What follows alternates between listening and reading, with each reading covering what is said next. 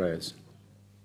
أعوذ بالله من الشيطان الرجيم بسم الله الرحمن الرحيم الحمد لله رب العالمين الرحمن الرحيم مالك يوم الدين إياك نعبد وإياك نستعين إن الصراط المستقيم صراط الذين أنعمت عليهم غير المغضوب عليهم ولا الضالين ربنا أتمم لنا نورنا وكفر عنا سيئاتنا وتوفنا مع الأبرار ربنا آتينا ما وعدتنا على رسلك ولا تخزنا يوم القيامة إنك لا تفلح الميعاد ربنا آتنا في الدنيا حسنة وفي الآخرة حسنة وقنا عذاب النار سبحان ربك رب العزة عما يصفون وسلام على المرسلين والحمد لله رب العالمين آمين يا الله. Amen. Shukran, Imam Jallo. Bishop, you have the floor, please. Thank you, Chairman. Lord, have mercy. Lord, have mercy. We ask that your mercy will descend mightily upon the whole face of the earth, upon all humankind throughout the whole world. We pray, Lord, that your mercy will so order the life and relationship of person to person, organization to organization, business to business. We pray that your mercy will be the order and the rule and the act of the activities of all humankind throughout the world.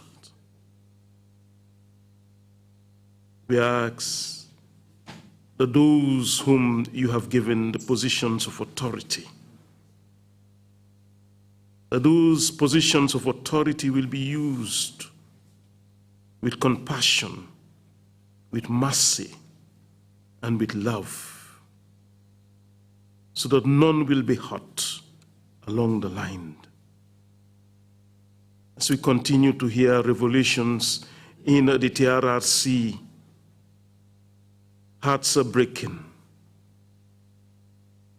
We ask that these hearts that are broken will be mended,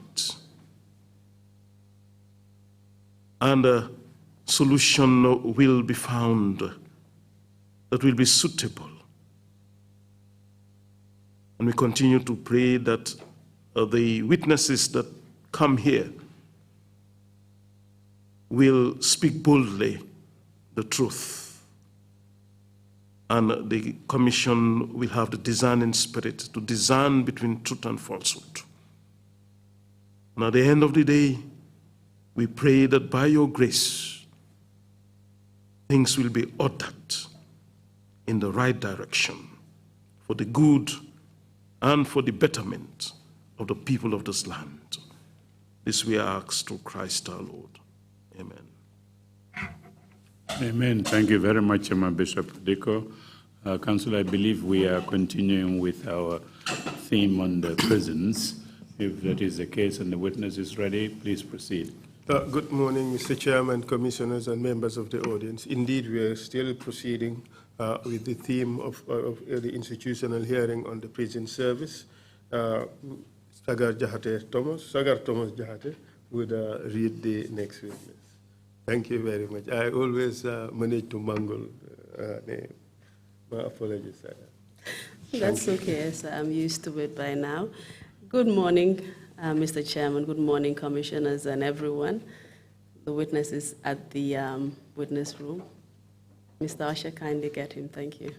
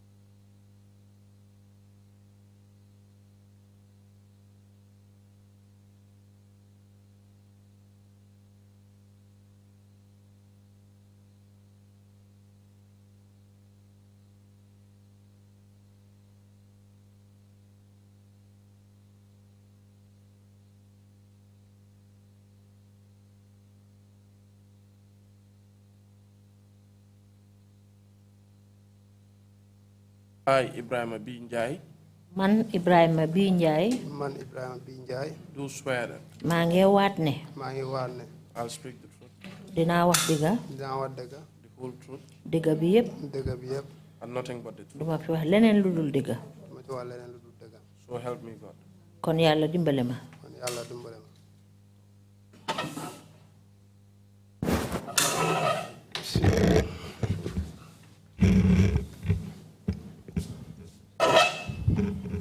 Good morning, Mr. Njie.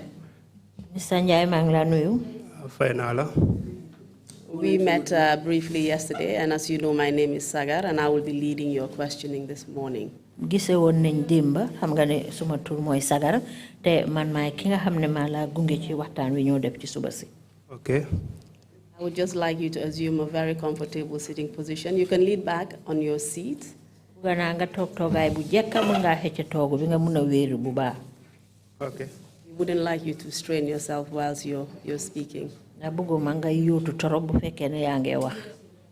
I have gone through some of the rules that we have here at the TRRC with you. bi ma waxtaana yow nag wax naa la yi nga xam ne mooy sarta yi ñoo jëfee fii ci TRRC.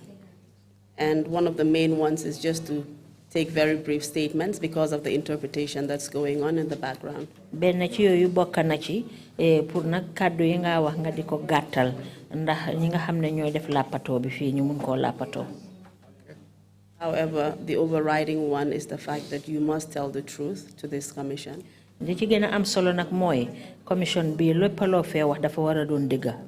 Because apart from the fact that the commission is about truth seeking, you have an obligation, a legal one, to speak the truth.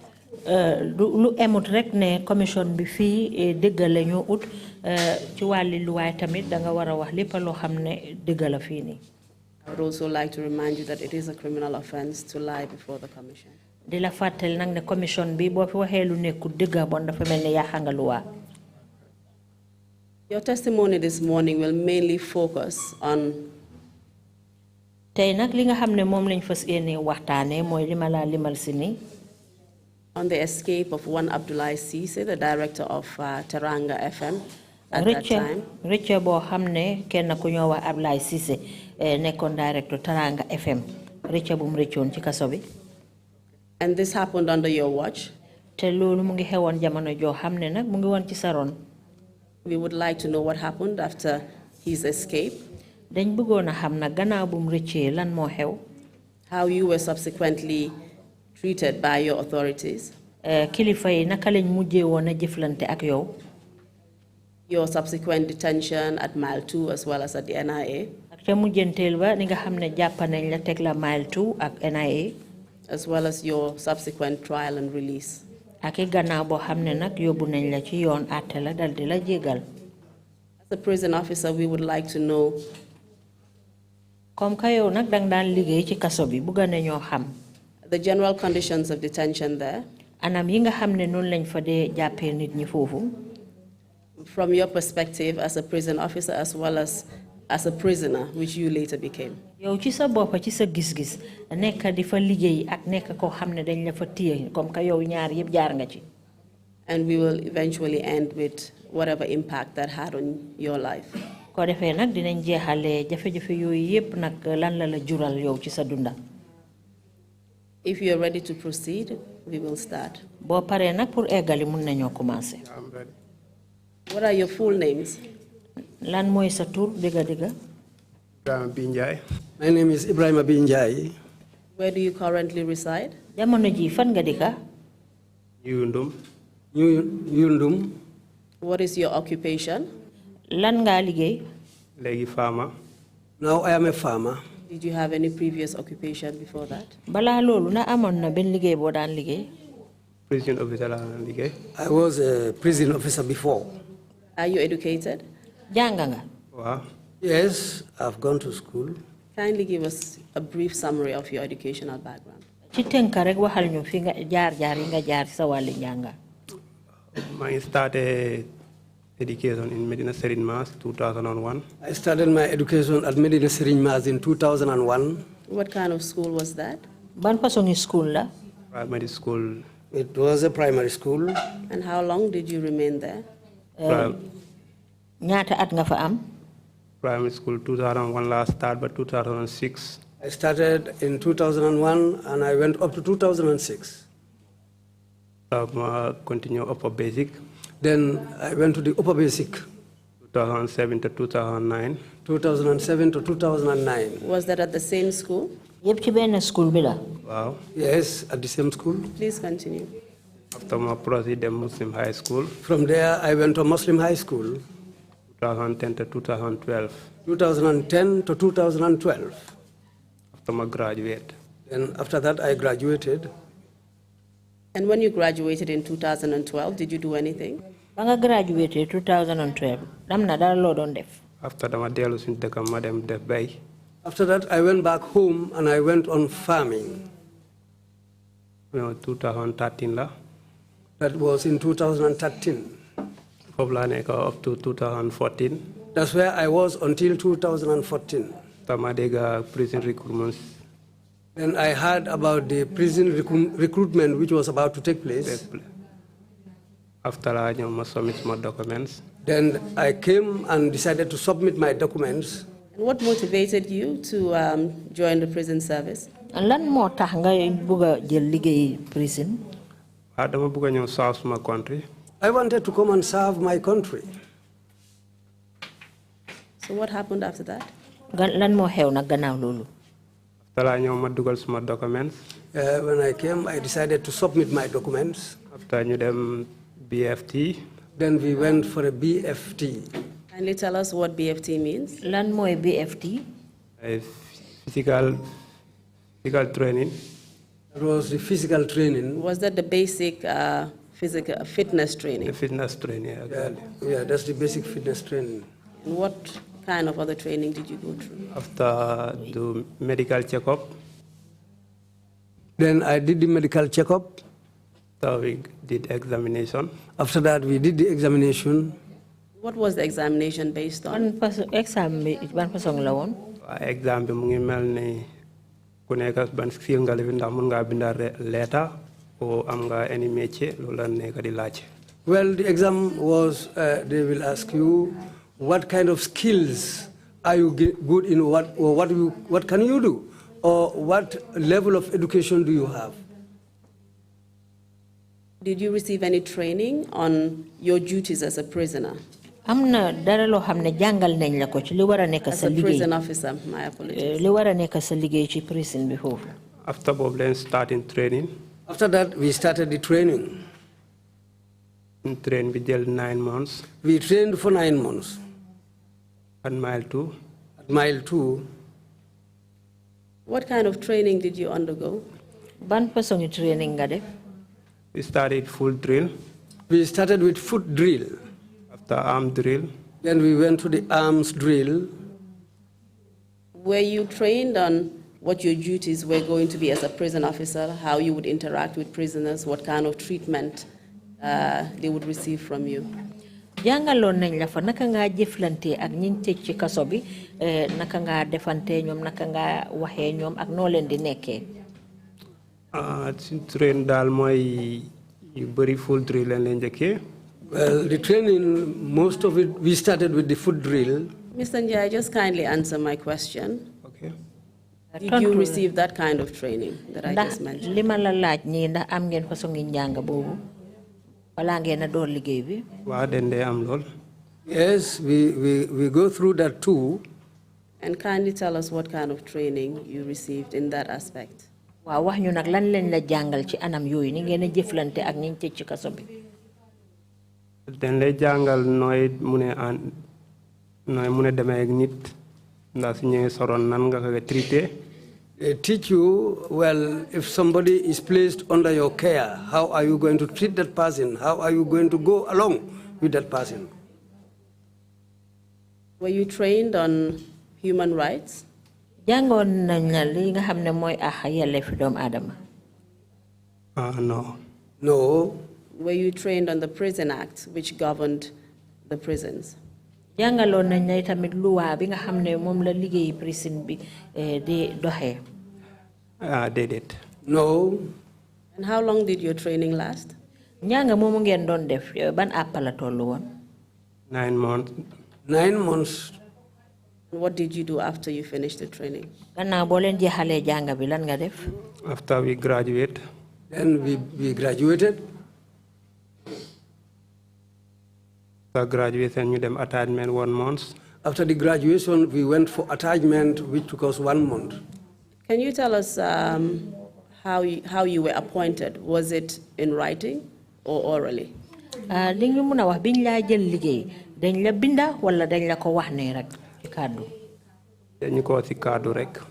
It was just verbal. Are you saying you received no appointment letter?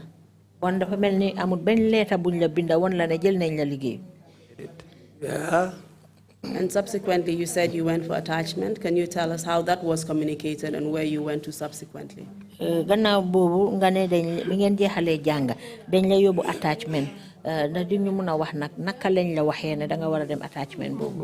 Attachment 2 weeks in Joswang, 2 weeks in mile 2.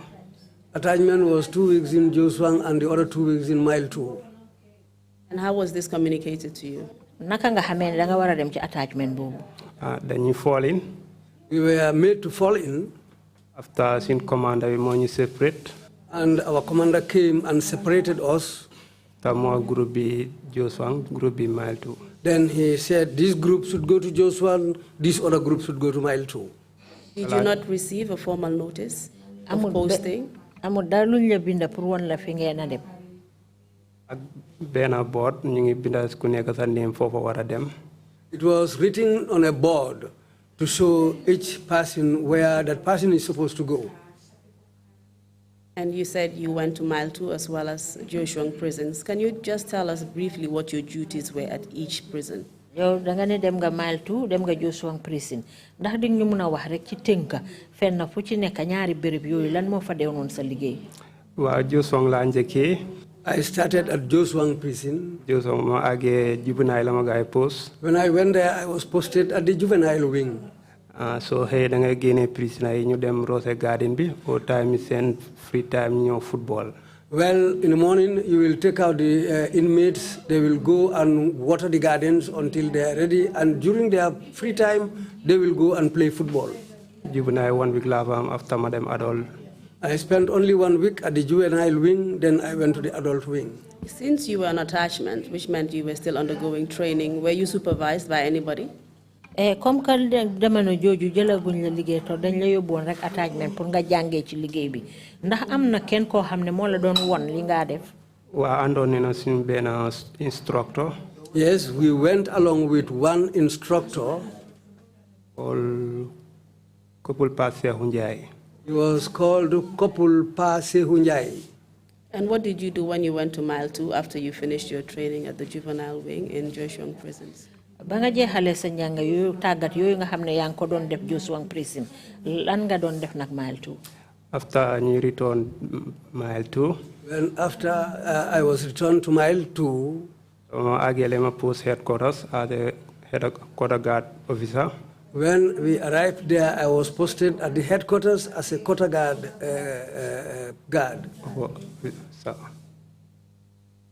And at this time, where was the headquarters located? Headquarters bi nga wax ni mooy kër gu mag gi fan la nekkoon. Mu ngi nekk mile 2. It's at mile 2. Was it at the mile 2 prisons or was it in a separate building? Ci biir mile 2 prison bi la nekkoon ndax dafa beddeeku woon. Non moom dafa separate mu ngi nekk gannaaw yoon bi. It was a separate building which was on the other side of the road. And that is the new headquarters as we know it. Boobu mooy bu ees bi comme niñ ko xamee rek. Wow. Yes. Kindly tell us what your duties were there. Di ñu mën a wax lan moo doon fa sa liggéey foofu. Waaw foofu si bunta bi nga day nekk. Yes, there you have to be at the main gate. Ngay nekk si DG ñëwee nga openal ko mu dugga. When the DG comes, you open the door for him to go in. Senior officer bu ñëw nga openal ko mu dugga. Each senior officer who comes there, you have to open the door for the person. Yeah, loolu moo nekkoon suñu liggéey daal. That was our main function at that place. And after you finished your attachment and training, did you do anything else? Gannaaw boo jeexalee sa attachment bi ak jàng yooyu nga doon def yëpp ndax am na leneen loo defaat. After attachment 1 month. After the 1 month attachment. After la ñu call out back. We were called back. separate to normal duties now. Now we were separated and sent on normal duties. What were those normal duties? Lan moy won duties yoyu li nga wax nonu. After la gis ma tour ci board bi. Then that was after that I saw my name on the board. You post ma ate. You post ma for the prison farm.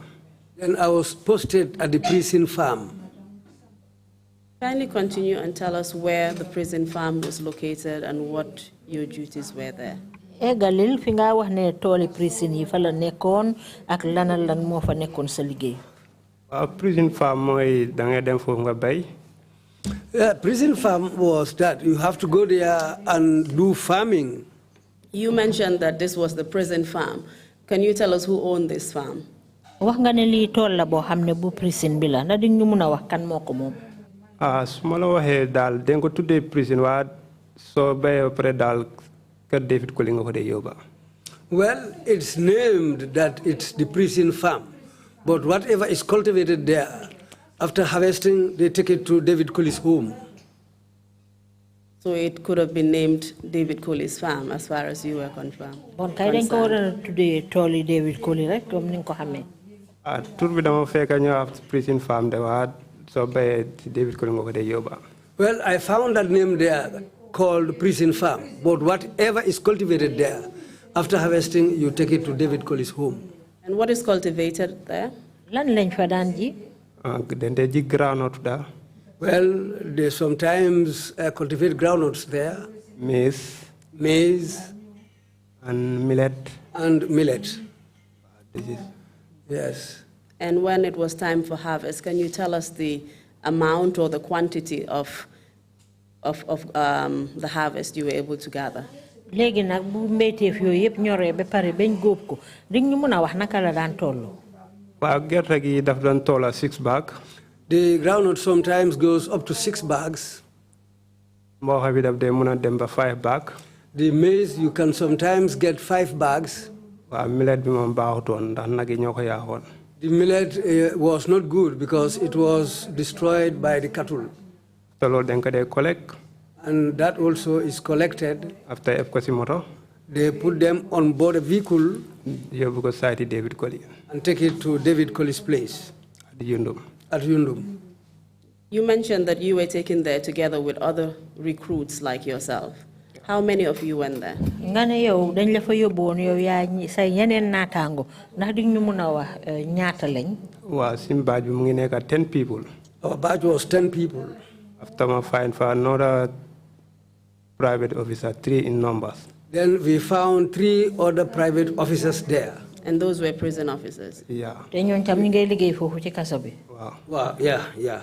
Did you have someone supervising, like a chief officer there?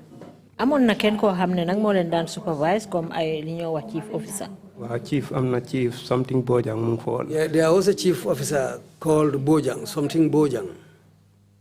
And can you tell us what your remuneration was? Was it separate from your salary as a prison officer or not? Lool nak dañ leen ci daan jox dara lu uté ak fay biñ leen a fay ci seen liggéey bi. Déedéet foofu bi ñu see jox dara suñu salary leen day yaakaar. No, they don't give us anything out of that farming. We just depend on our basic salaries. You're saying that David Colley did not pay you anything, despite the fact that you were farming personally for him. Danga buga wax ne David Colley daan fay dara comme que li ngeen daan béy yépp moom ngeen ko daan defal. Déedéet duñu dee fay dara ñun suñu salary rek leen ci dee am.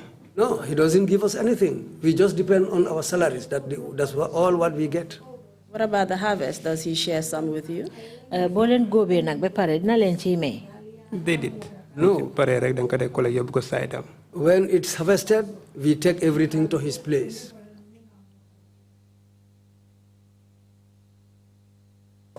Did you have a choice or not as to whether you would be employed there? Ndax amoon nga nag yoon boo xam ne di nga war a nangu ndax dañ la fa war a jël wala duñ la fa jël liggéey. For choice amut fa di. Nobody has choice there. Ndax danga fa fekk senior officer. Then because you find senior officers there. Service them law and complain. Obey and complain. And the rule there is obey and complain. So what you're saying was that it was a direct order from your superiors? Bon li nga bëgg a wax mooy ne daal ndigal la boo xam ne rek mu ngi bàyyeekoo ci ñi la féete kaw. Wow. Yes. Would you consider that as forced labor? Loolu di nga ko jàppee ne dañ la forcer ci liggéey bi. Well, yes. Was it something you actually wanted to do or not? Ndax loolu li ngeen ko doon def yëpp lu leen neexoon la woon. They did. No. Did you expect that as a prison officer you would be going to farm on David Colley's farm? Ndax sentu woon nga ne yow ngay liggéey ci kaso bi dinañ la war a ebal ngay dem di béy ci tooli David Colley. Déedéet sentu ma woon ko. No, I didn't expect that. And how long did you spend there? ñaata àpp nga fa def weer wala at. I think so 8 months to 9 months. 8 months to 9 months is The rainy season before la ñu fekk foo leen ko def ban complete. the duration we spent there, because the rainy season found us there and we were there up to the end of the rainy season. So your postings were basically planned to align with the rainy season? Bon dafa mel ni yéen liñ leen fa ebal dañ ko tombale ak jamono nawet bi. Wow. Yes. And what happens during the dry season to that farm? Tool boobu nag bu noor jotee naka la dee mel. Su noor jotee den day withdraw officer yëpp ñu ñëwaan mile 2. When it's time for the dry season, they will withdraw all officers from the farm and we go back to Mile 2 prison. So during the rainy season, you were farmers, and then during the dry season, you became prison officers proper. Bon daal dafa mel ni jamonoy nawet béykat ngeen dee doon bu noor bi jotee nag ngeen dellu ci seen liggéey prison. Waaw noonu la ko dee gars yi doxalee. Yes, that's the way they were making us work. Can you tell us how long you would spend on each day, how long you would spend at the farm? Bés bu ci nekk ñaata waxtu ngeen dee def ci tool bi. 8 ngeen dee xëy nga dem. We go to the farm at 8 o'clock. Ba 3 o'clock nga wàcca. And close at 3 o'clock. Were you provided with food during this time? Jamono yooyu nag nañ leen di jox loo leen lekk foofu ca tool ba. Déedéet soo wàccee yaa dee soor a ñëw añ. No, it is when you close from work that you find food for yourself. Can you tell us if you were living on the farm or you were commuting? Ndax fi tool bi nekk noonu nag foofu ngeen dëkkoo wala da ngeen daan jaabante di dem ak a ñëw. Déedéet den dem di ñëw. No, we were going up and down, going to the farm and coming back to where we were staying. And who provided you with your transportation expenses? Moto yi ngeen daan jël di dem dépasse boobu paas bi ku leen ko daan jox. Sa bopp yaa ko dee finance sa bopp. You have to find a way for yourself. And where were you coming from and where was the farm? Yow fan nga daan bàyyeekoo di ñëw ci tool bi ak tool bi sax fan la nekkoon. Man ñu yundum laa dee bàyyeekoo tool baa ngi Lamin. I used to live in New Yundum and the farm was at Lameng. Can you just give us an estimate of the expenses you would incur on food and transportation and all of that during this time? Jamono ji nga xam ne nag yéen a ngi béy ci tool boobu noonu ndax di ñu mun a waxal ci xayma li nga xam ne yëpp moom nga daan dépasse ci paas ak ci li nga lekka. Kindly tell us what it was on a daily basis. Bés bu ci nekk daal dépasse bi naka la daan toll. Every day da nga fay dem ak ñëw ta foofu ten nga day fay ak sa ndéewoo ay so every day daal da nga lekka almost roughly $50. Roughly you will spend $50 per day because the fare is $10 when going and coming $10 and your food include when you add all it will come to $50 per day. What was your monthly salary? Weer bu jot ñaata lañ la daan fay weer. Private officer I received $1,500. As a private officer I receive $1,500. And how many days in a month would you go to the farm? Ñaata fan ci weer bi nga daan dem ci tool boobu. Tool bi so weekend da nga day off on Friday and Saturday. It's only during weekends on Fridays and Saturdays that you don't go to the farm. Can you tell us, can you calculate how much you would spend a month? Mun nga compter ñaata nga dee dépasse ci weer bi. Weer yi soo ko calculer daal sa sare dafay overjeex daal. If you calculate, it will be even, your expenditure will be even more than your salary. And we have calculated that amount and it came to $1,200. ñun nag compté nañ ko fii de dafa mel ni mboole seen li nga dépassé weer wi ci tool bi dem ak ñëw bi ak lekka bi dem na ba ci junne ak ñaar téeméeri dalas. Which means that you spent almost all of your monthly salary. kon dafa mel ni yow sa pay weer bi yëpp nga ci daan dépasse. waaw da nga koy defaa addiyen saa yu bëri da nga dee ñaan liif pour mën a dem. You have to do that, and sometimes, in fact, we have to be begging lifts on the way to go. And how did you feel about that? yow lan nga yëg nag ci loolu noo gisee loolu. ndax fiyaawut ndax da ngay soona every day da ngay si taw sax da nga war a dem. Well, that's not fair, because you feel tired every day. Even if it is raining, you have to go. And you told us about the number of people who were on the farm. Were they about 10? wax nga ñu limi nit ñi nga xam ne ñoo daan nekk ci tool bi tollu nañ ci fukki nit. waaw suñ classe bi mu ngi 10 people. Well, our class was 10 people. ak fa name fa 3 private officers. We found 3 private officers there also. Chief mu fa.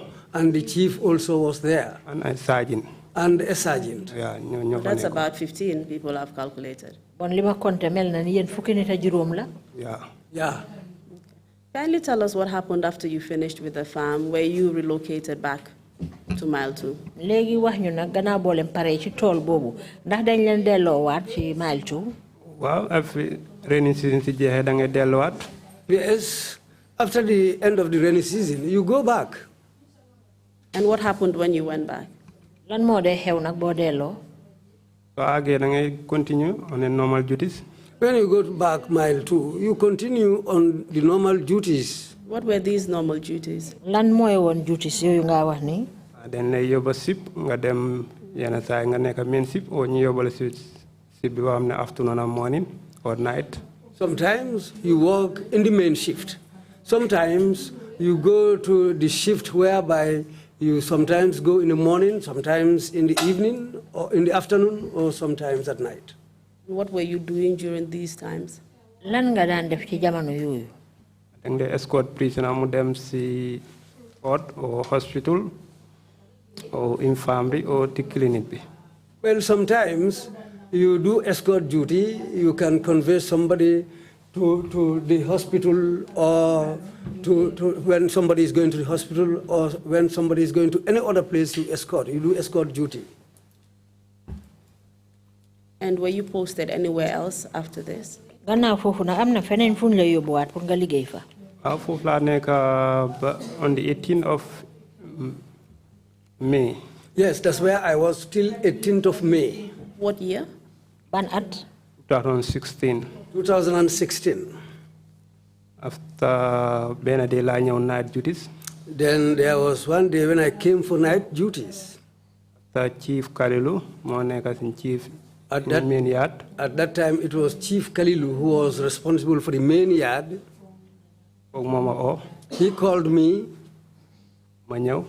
I came. Hospital with duties. He told me you are going to the hospital for duties. Yeah, I'm not prisoner, but I remand prisoner. Then there is one remand prisoner who has been admitted there. That's where you are going. At private block, room number 9. At the private block, room number 9. Who was this prisoner? Kan mo yon prisoner bobu? Abdullah Sise. Abdullah Sise. And who was Abdullah Sise? Kuy Abdullah Sise mi?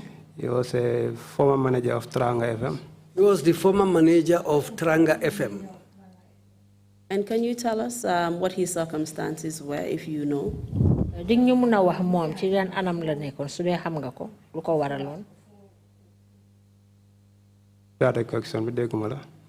Mom Ablaye Cissé mom nga wax ne ñu ko téye won remind lan moy won sabab bi? Dafa am problem with president, I think so. I think he had a problem with the president. Kindly tell us what happened after you were posted. Bañ la fa yobbo nak wax ñu lana xew gannaaw lolu. After lema fa yobba. It was after that I went to the hospital. Chief dama wax na demal fofu na fa send a senior man ko xamne yaang mo fay nekk.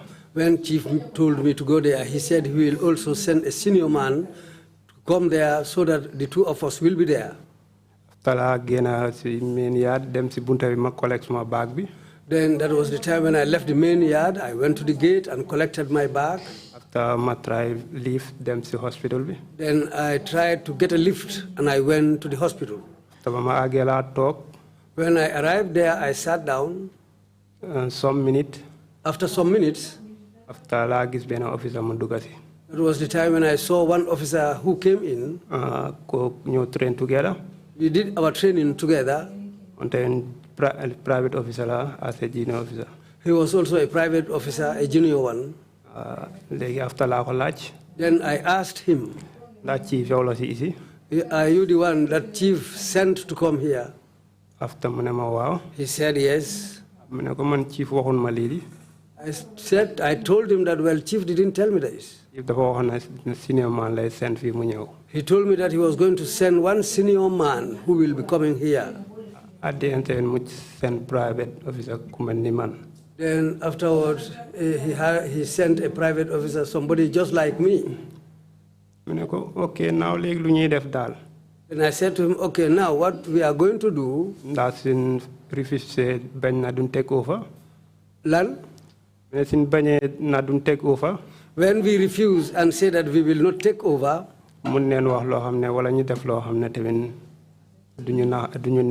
they can tell us something, or they can even do something to us which will not be pleasant. And why did you say these things to him? Why were you talking about the fact that no senior man was posted there with you? Lu tax ngay ko doon wax kàddu yooyu bi nga tawat ne amul keneen koo xam ne moo la jiitu ca kaw koo xam ne moom lañ fa indi. Ndax service du xam mooy daal sooy post a junior officer dafa war a ànd ak a senior man. Well, the service that we are aware of is if you post a junior at a place, he should be there with one senior person. And at that time, how long had you been in the service? Jamono jooju ñaata at nga def ci liggéey bi. Less than 1 year, some months. It was just after 1 year, some months. So you were indeed very junior at the time. Bon boobu daal sama xamaa ngi suufe woon jamono boobu. Waaw tamit at my living prison farm la def. Yes, because even after enrolling, I spent all the time at the prison farm. Did you have any such experience of guarding a prisoner who was at the hospital? Ndax amoon nga benn xam-xam ci garde koo xam ne ñu ngi ko tëj ci kaso bi. That was my first time. No, that was my first time. You were saying that this was a high-profile case because this man basically had an issue with the president of the Gambia at the time. yaa ngi doon wax ne kii mbiram daal du mbir mi tuuti de comme que moom jafe-jafe mi yëpp mu ngi ko amoon ak président réew mi jamono jooje. Wow. Yes. Tell us what happened after both of you were posted. Did you tell us the name of the officer you were posted with? Wax nga ñu turi ki nga xam ne dañ ko fa indi woon pour yéen ñaar ngeen nekk fa. Idrissa Manga. His name is Idrissa Manga. Carry on. After ba ñëwee leen take over fekk fa benn senior man ak suñ benn class. That was the time when we took over. We found one senior man there and somebody who was our class. Named by Ali Njie. By the name of Ali Njie. On duties. We found him there on duty. So therefore, as you're saying, there was already a senior man and a junior man who were guarding him, and you took over from them. So therefore, it was abnormal procedure for two junior men to be guarding. Dafa mel ni yow ci sa wax daal mooy kenn koo xam ne ci kilifa yi la tuuti ak keneen ku suufee ñoom ngeen jël ci ñoom ba ngeen fa demee ñoom ñoo wàcce yéen ngeen éeg te yéen ñaar ñi éeg yéen ñaar ñu suufe la bon loolu daal moo la ci jaaxal. Waaw loolu moo ma fa jaaxal. Yes, that's what worried me. Yes. No, what the question was, that was not normal procedure, not that it worried him. Bon dafa mel ni loolu danga ko gisee ne daal jaaduwut. Waaw jaaduwut fiyaawut. No, it was not fair. Tell us what happened after you took up the positions that you were asked. Léegi nag wax ñu lana xew gannaaw loolu. After leen take over 10 o'clock. It was after that we took over from them at 10 o'clock. Night or morning? Suba la wala guddi? Guddi. It was at night. Then take over 10 o'clock. We took over from them at 10 o'clock. Then for around 12. We were there till around 12. After chief officer Kalilu Sane. That was at the time when Chief Officer Kalilu Sane, Mu knock mu enter. he knocked the door and came in. Tabanye mu talk ñu greet him ko mu talk. When he came in, we exchanged greetings and he sat down. Ta mu waxtaan ak prisoner bi. Then he talked or he chatted with the prisoner. After la génné $100. It was after that he took out $100. After dama yoni na ma dama jënd bread sen dina. He told me to go and buy bread for our dinner. Man bobu la ko la xalé bi ma wacc ci suuf. I took the money from him and I went downstairs. After later la sentiment ma jine officer bu nekk fofu nako demal fetch water bala ki ay ñew. Then after I left, he also sent the junior officer there, the man I left there, for him to go and fetch water before my return. Tala ñew fekk junior officer bi génn na Idrissa. When I came back, I discovered that the junior officer was not in Idrissa. So at that point, Chief Kalula Sane had sent you and your junior officer out of the room, so he was the only one remaining with the prisoner. Bon dafa melni Chief Kalilu momu daf la yoni yow yak sa benen morom bi nga xamne yena fa nekkon legi mu melni mom rek mo fa dess ak prisoner bi ci fofu. Waaw mom rek mo fa dess mo prisoner ba. Yeah, he was the only one remaining there with the prisoner. And would you happen to know what kind of conversation you had with him in your absence? Mënon nga xam lan lañ doon waxtane yow bang fa joggé. Dedet man duma ko mëna xam. No, I will not be able to know what they discussed in my absence. What happened when you came back? Lana xew nak bi nga delu sé. After ba ma ñëwé la ko nako bread baangi ni. When I came back, I said, "That's the bread here." That time bo mu ngi ñëw ak mu ngi boot back. And he was having a haversack on his back. Tala génné ben crate of Don Simon. He took out a crate of Don Simon. Tala wona dañu ko jox na len use len ko ak sen bread bi. And he gave us that Don Simon and told us to use it with our bread. And can you tell us the circumstances surrounding Chief Kalilu Sane coming, giving you $100 to buy bread, taking out a crate of Don Simon? Was this normal for your senior officers to be, treating you in such a luxurious way? Officer Kalilu Sane lim def nonu bes bobu ñew jox len xaliss ne len jëndi mburu génné carton yi Don Simon ne len ngeen naan ko ak seen mburu mi ngeen lekk ndax lolu dinay faral di am pour sen kilifa di len defal lolu bi am nga ko mo la fa sen tamin. Well, maybe it was because he posted us there. My question was, has this happened before? When you were posted at the main gate at mile 2, did he normally come and give you $100 and Don Simon juice? Lema laajte lolu moy ndax daan na am jamono ji nga xamé ne ñu ngi la postoon ci bunta ba fa nga doon liggéey ndax daan na ñëw fofu di leen jox mburu ak ay Don Simon? Dedet. No. So it was not the normal thing that would happen. Bon dafa melni du daan faral di am. Dedet. No. Were you suspicious at all, or how did you feel about what he was doing? Bim la joxé lolu amulo dara lo ci xalaat ndax lo yegon dal. Ndax mo nekk ci chief officer amna maybe suma xel duñ jappa dal moy duñu def lu bon.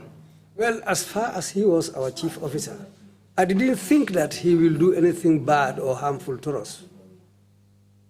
Tell us what happened after he gave you the Don Simon juice. It was at that time he gave us that Don Simon. After we talk some while, he sat down there for a while. He said he was going back to mile 2 because there was a job he was supposed to do. Was the Don Simon juice open or closed when he gave it to you? Kartongi Don Simon bobu dafa ubbeeku won wala mu ngi teju bi mu len ko jox? No, mu ngi close won. It was closed. And you opened it? Yow yaa ko ubbi? Waaw ñun ñoo ko ubbi. Yes, we opened it. Carry on. After bobu len ko use sim bread bi. We used it with our bread, we ate it up, we drank it with our bread. After one living you get something that is wrong. It was after eating that and drinking the Don Simon, it was after that time that we felt that something is not all right, something is wrong. You feel being somewhat dizzy, your body is heavy. It was after that we all slept. Carry on. After both of neka. We were there. After lun mujay yek dal moy bena jigen bo xamne mom ngi nekkon number 10 ak yaayam mom lañ ci admit. Well, it was after that a woman who was admitted at number 10 with her mother. She came and knocked our door. That was the time we suddenly woke up. It was that time when we woke up, we didn't see the prisoner around anymore. Can you tell us the approximate time that was? Around 12 to 1 dal. It was around 12 to 1 at night. And at what time were you able to eat the dinner and the drink that you were given? Ban waxtu ngeen lekk mburu moomu nag ak naan biñ leen joxoon? Chief Kalilu mu fa ñëw 12. Chief Kalilu came there around 12 at night. So when you woke up, you said the prisoner was gone. Yow nga ne bi nga eewoo da ngeen gis ne prisoner bi dem na? After ban jógee leen gis planter bi mu ngi open. It was when we woke up that we saw the window open. The planter bi ku xam private block. The window, anyone who knows that private block. Am na pipe bu daw pipe boo xam ne dafay mën a dem join si beneen window bu nekk on number 10. Because there was a pipe which started from just below that window, which went up to the window at number 10. That prisoner be used. Open another window. That was the pipe the prisoner used to be able to reach the other pipe, the window at number 10, and open it. Can you just explain the manner of this pipe? I'm unable to understand how he could use the pipe to get access to another room's window to escape. Dingi muna waxal pipe bi nga wax ni naka la mel na mënuma xam naka la jëfooyee pipe pour jëm ci beneen palanteer boo xam ne fa la rëccee. Pipe bi xam nga toilet dafa nekk si biir lifin bi. Toilet di pipe bu rëy la nii daf dee mën a daw mu dem join another toilet bu nekk si another room. It was a big pipe which started from the room where we were, which went and joined another pipe at the number 10 room. So it was so big that a human being could basically step on it and walk on it and go across. Bon pipe bu rëy la woon nga xam ne nit mun na ci dëggaat dox ci jàll feneen. Wow. Yes. And you said the window was also open. Nga ne palanteer bi tam nga ubbeeku woon. Palanteer tam nga open. Yes. Did you receive any other information about the escape? Am na yenn xibaar yoo jotaat ci mbir rëcca boobu. No, loolu la ñu jigéen bi wax at the end foofu la use buntam bi mu rëcca mu wàcce daw. That's what the lady told us, because it was the lady who told us that the man came and opened their door and went out and ran away. And through all of this, you were sleeping? Te jamono boobu yëpp yaa nga nelaw. Wow. Yes. Carry on and tell us what happened after that. Eggalil wax ñu lu xew. Ta boobu leen wake up leen daw ñu ñëw si suuf teen. That was the time when we also rushed downstairs. Suma colleague mu demee si boora bunta bi man ma demee si noora bunta bi jëm State House. We separated. My colleague went to the other door and I went to the other door to check for the prisoner around State House area. After leen check. We checked. After leen ñëw now léegi neen call mile 2. Then when we were unable to locate him, then we decided to call mile 2. Okay, before you decided to call mile 2, just tell me how you and your colleague felt at that moment, knowing that you were guarding somebody who had a problem with President Jammeh and you were sent to watch that person. Wax ñu balaa ñoo dem ci mbiri mile 2 yow yaa sa naataango boobu bi ngeen eewoo ngeen gis ne ki ngeen doon garde rëcc na lan ngeen yëg gannaaw boo xamee ne kooka ngeen doon garde de moom jafe-jafe mi yëpp mu ngi ko am ak président réew mi Yaya Jammeh. Suñu njëkk a yëg mooy panic. Well, what we first felt was panic. Ndax am na maybe luy nekk ci kanam du easy. Because I realized that whatever lay ahead of us will not be something easy. Yes. And what did you think would lay ahead of you? Lan nga fogoon ne nag mooy nekk seen kanam. Dinañu detain dinañu yóbba NIA dinañu yóbba different place. What I expected was that we will be detained and we will be taken to the NIA and even to other places. Kindly tell us what happened after that. After Boblen decided you call Mile 2. It was that time that we decided to call Mile 2. After then call Gate Lodge. We called the Gate Lodge. After then Kopul Fofana. Then we were able to reach Kopul Fofana. After then got your information. We gave him the information. After Kopul mu inform chief. Kopul said, okay, let's wait. He will go inside and inform the chief. Which chief is that? One chief laon. Chief Kalilu Sane. Chief Kalilu Sane. And what happened after that? After that, Chief Kalilu Sane mo fa njëkk ñëw. After that, it was Chief Kalilu Sane who first came there. So when you my colleague la gis. When he came, he saw my colleague. Time on maa ngi another side di check. Because at that time, I was on another side checking. My colleague explained. My colleague explained to him. After mom lu ko okay léegi nekkalen fi di check ñom man dina dem Mile 2 ma find another officer. Then he told my colleague that okay, you can stay here, both of you. I will go back to Mile 2 and check and see another officer. And how soon did Chief Sane come when you called him? Bi ngeen callé Chief Sane ban diir la ko jël mu exi? Less than 10 minutes. He arrived there less than 10 minutes. And do you know where he was coming from? Xam nga fu mbayé ko won? Moy Mile 2 la jégué ko. What he told us was that he came from Mile 2. And this was pretty quick, wouldn't you agree? Fukki waxtu yoy, fukki minute yoy gaaw na de foguloo ko. Wa gaaw na kay. It was very quick. Looks like he was expecting you to call. Bon dafa melni dal mu ngi doon sentu de pour ngeen oko. Wow. Yes. And can you tell us his reaction when he came? You said you were not there. Did you meet him there at some point? Bam ñëwé nga ne fekkul la fa waaye ndax gannaaw gi yow fekk nga ko fa? Déedéet man fekkuma ko. No, I didn't meet him there. What information did you receive from your colleague about how his reaction was to this whole escape episode? Sa naataango bi ndax moom jot na laa wax ba ci Kalilu ñëwee naka la manière am meloon daal ci mbiru rëcc bii nii? Mo ban accès daf na ko wane yéen nekkaleen fii di check man dinaa dem ma find another officer ñu check another side. What he told my colleague was that stay here and check. I will go and find another officer who will be checking other areas. Did he seem surprised at all? Bim ñëwee nuru na ne ku bettu la ndax? Déedéet. No. So tell us what happened after he left. Wax ñu nag lana xew gannaaw bu mu demee. Waaw ban demee ñun foofu leen nekk di check ba around 4. When he left, we stayed there checking around until around 4. Is that in the afternoon? Loolu ci bëccëg la. Déedéet ci guddi. At night. In the morning, 4 a.m. Suba teel. Waaw suba teel. Yes, early in the morning. Foofu leen fa nekk almost to 4 to 5 daal. We were there till 4 to 5. After leen decide na léegi daal léegi mënuñ ko gis daal.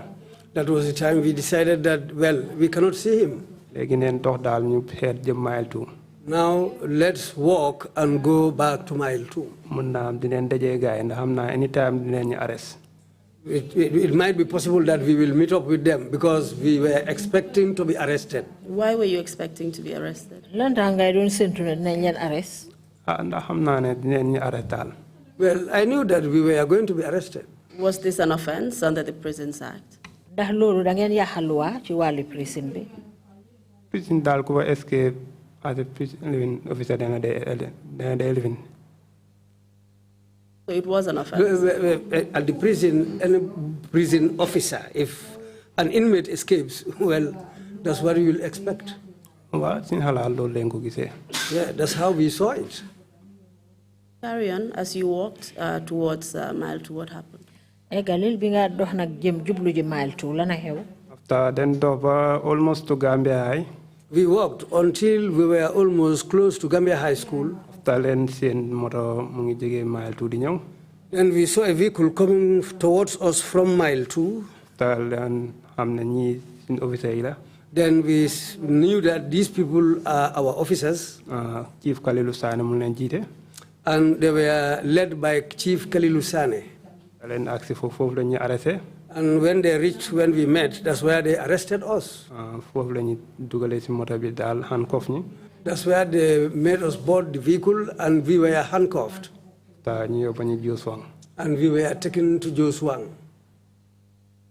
And what happened when you were taken to Joshua? Bañ leen yóbboo Joswang lu fa xew.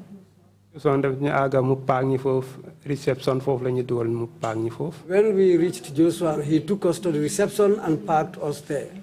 Do you mean you were detained? Bon dañ leen téyewoon teg leen benn béréb. Waaw. Yes. Continue and tell us what happened after that. Gannaaw loolu nag la na xew. Joswang foofu leen fa nekk ba 6 ci fajar. We were at Joswang till 6 in the early hours of the morning. After dañu gaay ñëwaat pick the same people. The same people came back and picked us from there. And that is Chief Sane and his group. Moo kooku mooy Chief Sane ak ay naataangoom. Wow. Yes. After dañu yóbbu mile 2. And it was that time we were taken to mile 2. After dañu mile 2 ñu open main gate. When we reached mile 2, they opened the main gate. After then drop, then watcha. Then we alighted from the vehicle. When watcha ñu dem SO's office. When we alighted the vehicle and entered, we went to the SO's office. Where is the SO's office and what is that? Fan mooy office SO bi ak foofu mooy fan. Office sooy duggee mile 2 soo rombee main gate moom nga njëkk a am. The SO's office is located just after the main gate at mile 2. Just if you go through the main gate, after the main gate is the first office that you reach. That's where you go in and that's where they screen the officers. What do you mean by screening officers? So waxee ne foofu la ñu screené officer yi loolu lum tekki. So ñëwee officer bu nekk dañ la day search. If you come there, each and every officer is searched in that room. What happened there? Lana fa xew. Ban accès foofu. When we reached that office, foofu leen jëlee suñu beere yi. They took our beret, our hats from us. After suñu simis yi foofu leen ko jëlee. Send that. Simis. With our shirts were taken off us. After suñu combat yi. And our combats were taken. And the belt. And the belt. Mobile phone. Our mobile phones. They were my under bag then foofu leen ko jëlee. And I also had a bag with me, which was also taken from me there. And what was the significance of undressing you of your uniform, basically? Lan moo waraloon nag ñu summi leen seen uniform yi. am naa dem ñi dem detain moo tax ñu summi seen uniform yi. Well, I knew that we were going to be detained. That's why they stripped us. Were you prison officers at that point? Jamono jooju nag yaa ngi doon liggéey ci kaso boobu. Waaw. Yes. Carry on. Ta foofu la ñuy drop yóbbu ñu fi remand. We were taken from there and were taken to remand wing. Ta la ñuy yóbbu foofu ñu lock ñi. We were locked at the remand. Foofu leen fa nekk ba morning duty si ñëw. We were there until morning duty officers came. Around 8 o'clock. Around 8 in the morning. After la ñuy some officers jël si. Then it was after that some officers came to pick us up. La ñuy yóbbu deputy director officer. They took us to the deputy director's office. Who was the deputy director? And mooy woon deputy director bi. Yaya Jaaju. Yaya Jaaju. What happened in his office? Lana xew office am. After leen dugga foofu fekk fa senior man yu bëri. When we went in there, we found a lot of other senior officers there. After la njëkkee suma collègue bi mu ngi daan làkka moom Joola. Then they started with my colleague who was speaking in Jola. After la 20 man tamit wax ma Joola mi ne ko man dégguma Joola. Then he turned to me and started speaking to me in Jola. Then I told him that I cannot speak Jola. After la ma laaj li tax nga isi bag. Then he asked me, why did you bring a bag? I told him I was supposed to go, I wanted to go on weekends because the following day was to be the first day of the weekend and I wanted to go for weekends. Was it common for your superiors to speak to other officers in Jola? Dina dee faral di am yéen seen njiit yi di waxa keneen di ko làkka Joola. Well, that place was, we had more Jola than other tribes. So Jola was the official language in the prison. Kon mu ngi mel ni Joola daal ngeen daan làkka ci jamono yu liggéey bi foofu ci prison bi. Well, in many cases, that was what the language they were talking to each other.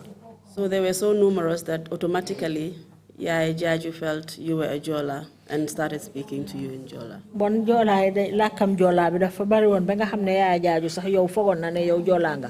Mu commencé di la lakka Jola. Ada fogon na Jola la. Yes, he thought that I was also a Jola. Do you look like a Jola? Da nga nuro Jola. Maybe mom gis-gisam lol la jël.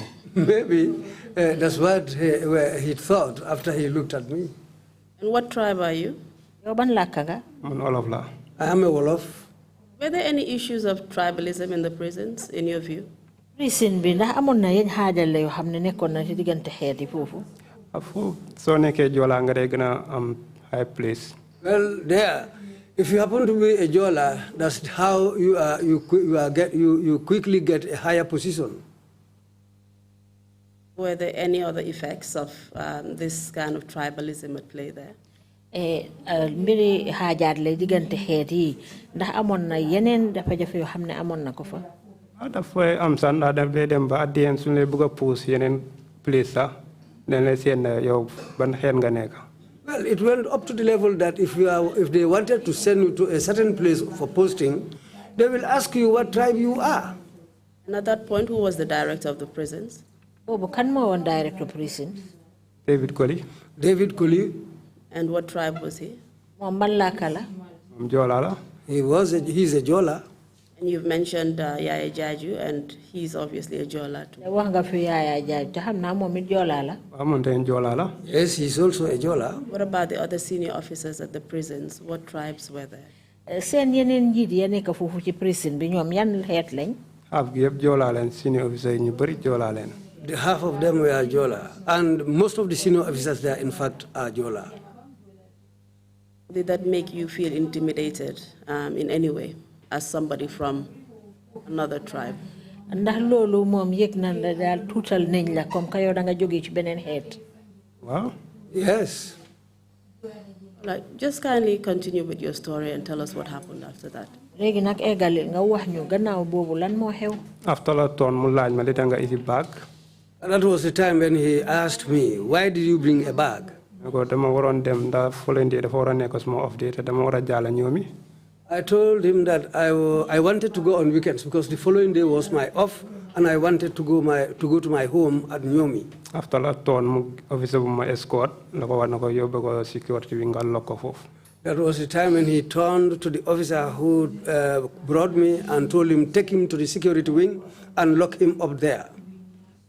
And what about your colleague? Where was he? Sa benen morom bi nak mom fan la nekkon? Talawa manga nenko delo remind. And they said let them return manga to remind. Do you know what the difference in treatment was? Why there was a difference in treatment between you and manga? Lan moo tax niñ jëflante ak yéen ñaar mu uute yow sa diggante ak manga moomu? Maybe manga mom Jola la man nekkuma Jola. Maybe it was that. Manga is a Jola and I'm not a Jola. So you were being discriminated against? Bon mu ngi mel ni xaajaat la ñëw na foofu. Wow. Yes.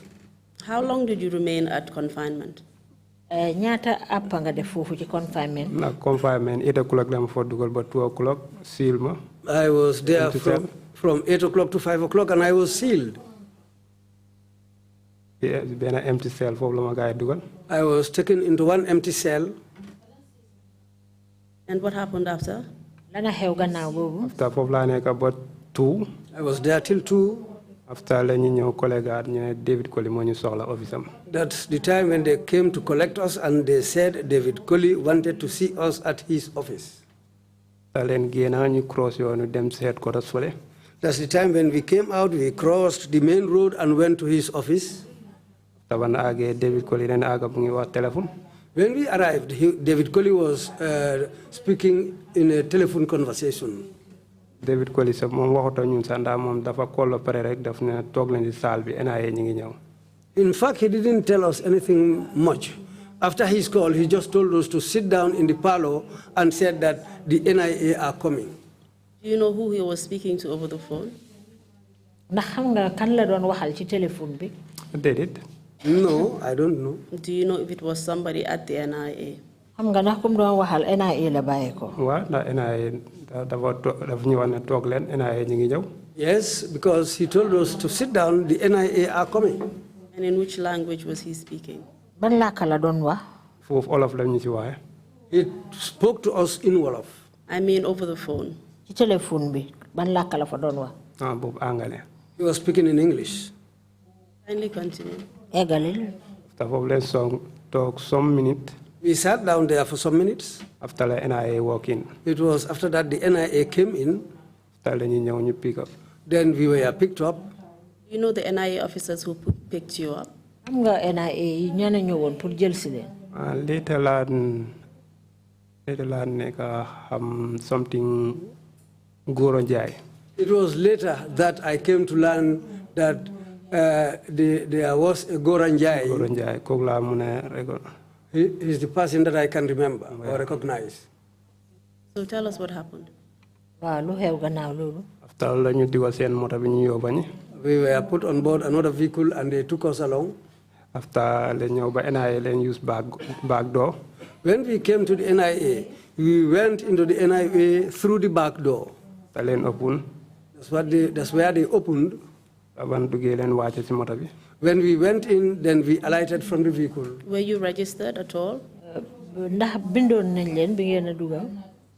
Déedéet. No. Okay, carry on.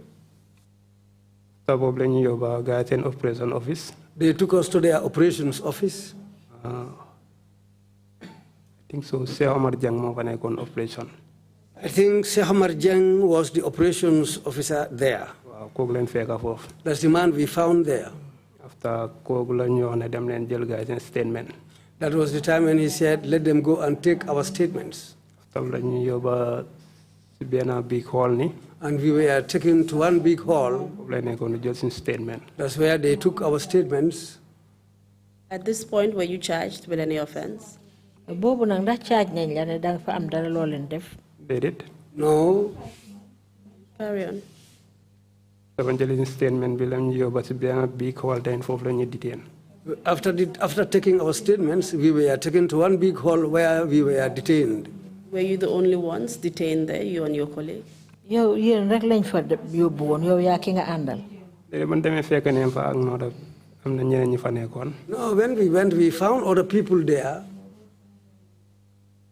Daal la ñu detain foofu. That's the time we were detained there. Can you tell us who were detained there with you? ndax di nga mun a wax yaa ñan na fa nekkoon. Wow, something guy UDP fekk naa leen fa. We found the UDP people there. Anyone in particular? Kan la ci ñoom. Benn jarbaati Lawyer Dabo Masane Jawla. One niece to Lawyer Dabo Masane Jawla. Ak benn koo xam ne NIA la naan liggéey foofu something Fall. And one man who was once an NIA something Fall.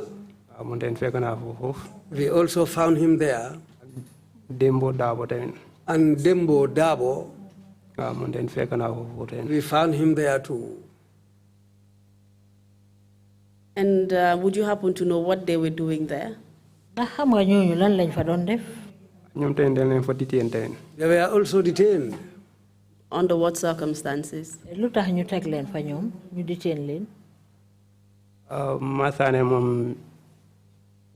Demonstration. As for Masane's case, they said they were demonstrating. And you had said he was Usainu Dabo's nephew. I think the interpretation said niece. Wax nga ne nag kooku jarbaati Usainu Dabo la woon. Wow. Yes. Thank you. Carry on. After foofu la ñu detained. That's where we were detained. No problem.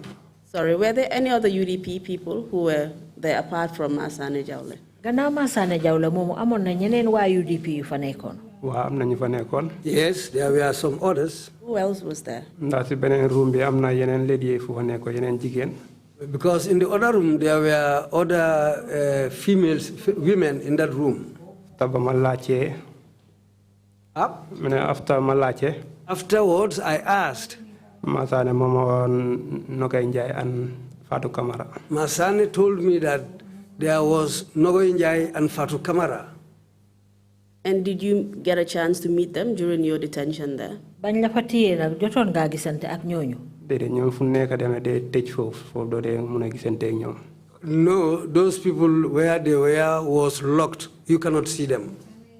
Do you have any information about how they were treated at NIA, these women? Ndax jotoon nga mëna xam jigéen ñooñu ñoom naka lañ leen téye woon foofu ca NIA naka lañ fa nekkee woon. Wa dégg naa dana den dóor. I heard that they were beaten. Ndax dang de mëna toog foo nga dégg seen yuux yi. Because where we were, you can hear their shouts. At the end, Because you will come to realize that these people are being beaten. But you said you did not see it, but you heard their screams. Yes. And can you just tell us how you felt at this point, under the circumstances that you were detained at the NIA? How did you feel?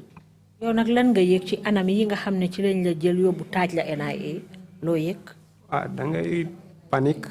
Well, you will be panicked. Anytime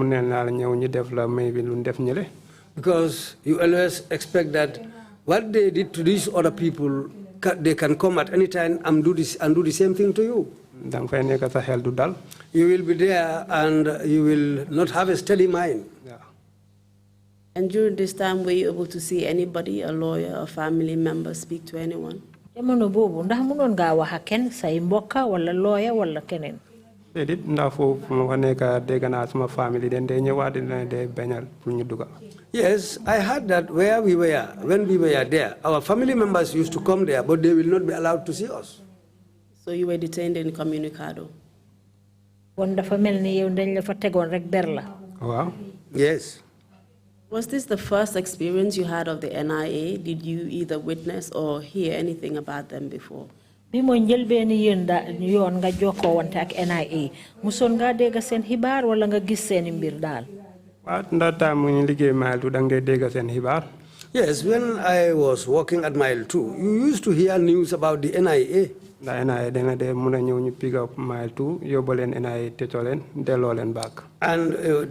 norm was that the NIA can come and pick people from Mile 2, go and torture them and bring them back.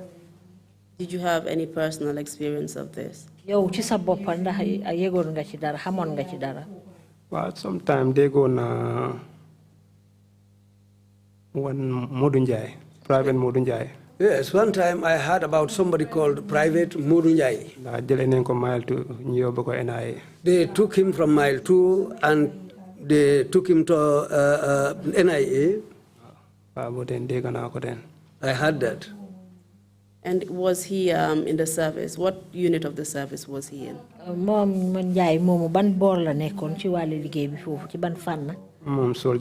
He was a soldier. Tell us how you were treated when you were at the NIA. Yow nak bi nga nekké NIA naka lañ doon jëflanté ak yow? NIA bam fa nekké ci big hall fofu lañu ñëk detain. When we were at the NIA, we were initially detained in that big hall. Dem fa nekk ben day rek. We were there until one day. Lañu o rek yobbu ci ben cell bo xamné dag one. We were called and taken to one cell which was a dark cell. Bo xamné so opené if you open the door, the first thing you feel is mosquitoes rushing to meet you. And a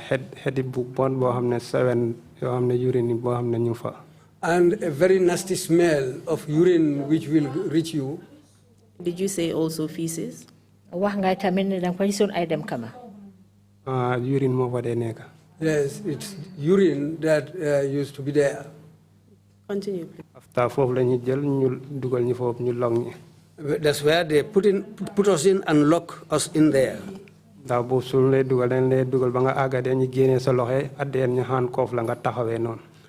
there, they will remove the handcuffs from your hands. But the moment you go in there, they will put the handcuffs on your hand again. And that's how you stand there when mosquitoes will be feasting on your body. Mr. Njie, I believe you said that you were handcuffed against the door of the cell. Is that what you said? Wow. So you were not able to sit down or sleep or anything, you had to remain upstanding?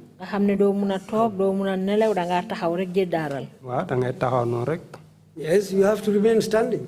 Also, the mosquitoes you mentioned would also be feasting on you, you would not be able to drive them off.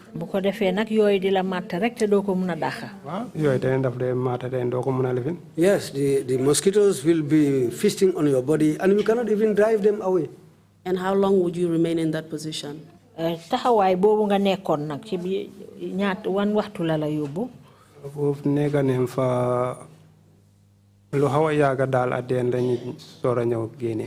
spent some time there. It took a long time before they came for us there.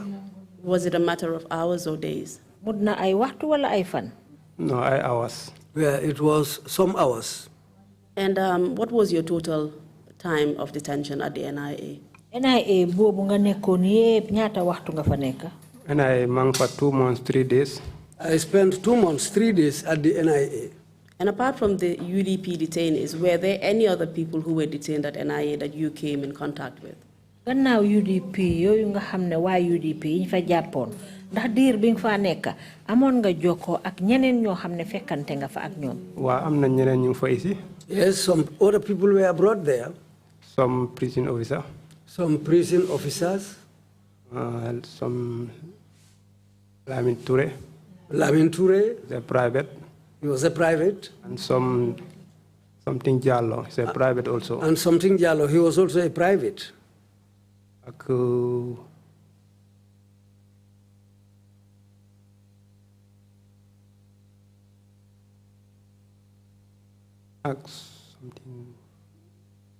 Something business. Mohammed, I think so. Mohammed from Lebanese. And a man, a Lebanese called Mohammed. He was also brought in there. In terms of the prison officers who were there, I mean, you've named 2 and then 2 of you were already there, so that makes 4. Were there any more prison officers who were at the NIA? Ngi mel ni liggéey kati kaso bi fekk tudda nga fi ñaar ak yéen ñaar ñooñu ndax am na ñeneen tamit ñu fa nekkaat. Ak Pio Anabi Jammeh. Los Pio Anabi Jammeh. He was brought there, but later on taken back to Mile 2. And those prison officers, what offenses had they committed? Ñoom ñooñu nga xam ne nag liggéey kati kaso ba la ñoom luñ def.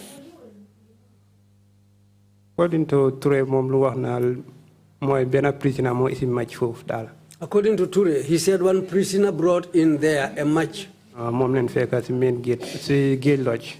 That's what they found at the gate lodge. Who are you referring to? Sorry to interrupt. Kan la kana def loolu. Lamin Touré. Lamin Touré.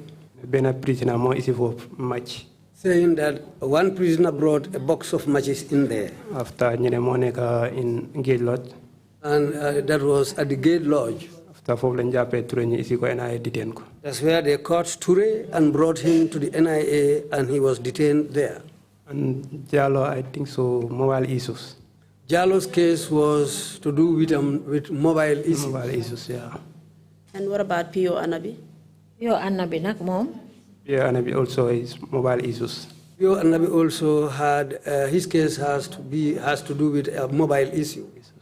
And was any one of you prison officers maltreated during your time at the NIA or at Mile 2 prisons? Bi ngeen nekkee NIA wala Mile 2 prison, yéen ñooñu nga xam ne yéen a fa nekkoon ndax def nañ leen dara naka sudut noonu. Jallo moom dañ ko dóor moom waa Mile 2 lañ ko dóoree. Jallo was beaten, but he was beaten at Mile 2.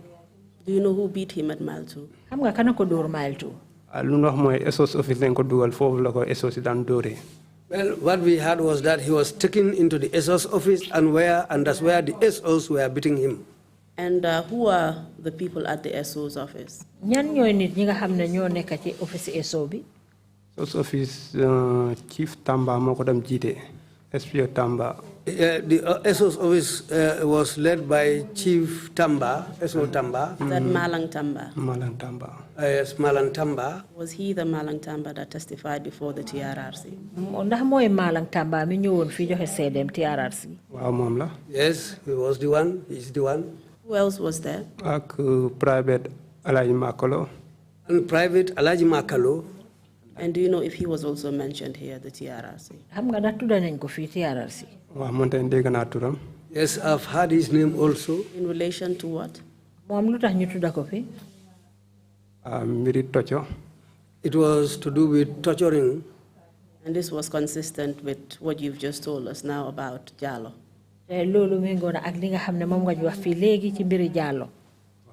Yes. What about in terms of detention? Where were these prison officers detained? Or perhaps I should ask, were they detained at Mile 2 prisons? ñoom prison officer yi nga wax ni ndax Mile 2 prison lañ leen tegoon. waa ñu bëri confinement la de detain. Mostly they were detained at the confinement wing. And you've also said that they were detained at NIA, so it was also common. nga ne ñoom itamit yóbbu woon nañ leen NIA bon daal luy faral di am la. waaw. Yes. Do you know what the Prison Act or your rules of procedure at the prison say about detention of prison officers when they commit offenses? ndax xam nga loi bi nga xam ne moom la kaso bi di doxee lan la wax ci mbiri prison officer yi bu fekkee ne def nañ dara ñu war leen a jàpp xam nga lan la ci loi bi wax. déedéet mbiri loi moom ndax si instructeur yi ñuy jàngal sax ñoom xamul loi bi. No, as for the law, even our instructors, I don't think they've learned anything about the law. Do you know where a prison officer is supposed to be detained when they're accused of an offense? ndax xam nga bu fekkee ne liggéeykati kaso bi tuumaal nañ ko dara bañ téye ko fan lañ ko war a teg. by right remand lañ ko war a yóbba. By right, they should be taken to the remand wing. That's exactly correct. And what do you say then about you being placed in confinement along with other prison officers as well as the NIA? loolu moom noonu la war a amee sax léegi nag loo wax na su fekkee ne yéen ñu ngi leen jël yóbbu leen ci beneen béréb ak yóbbu leen tam ci NIA yi. waaw loolu fiyaawul ndax dañ def lu leen neex rek. Well, that was not fair because they just did what they wanted to do. And I would say that it's not only unfair, but it's unlawful. nekkul sax ne nga ne fiyaawul de waaye sax loi àndut ak moom. exactly. Exactly. What about the maltreatment of prison officers? Was that lawful or not? ak li nga xam ne anam yi ñu leen jàppee prison officer yi daal loolu tam jaadu ànd na ak loi. déedéet loolu dañ àndut ak loi. No, that was also not lawful. Tell us what happened after you served your time at the NIA and how long you spent there. léegi wax ñu la na xew gannaaw boo jeexalee NIA ak ñaata àpp nga def foofu sax ca NIA. NIA maa ngi fa 2 months 3 days. I spent 2 months, 3 days at the NIA. 2 months. Sorry, Mr. Chairman, we've run out of time, but I just wanted to use about 15 to 20 minutes just to wrap him up. And then we can go on a break, if that's okay.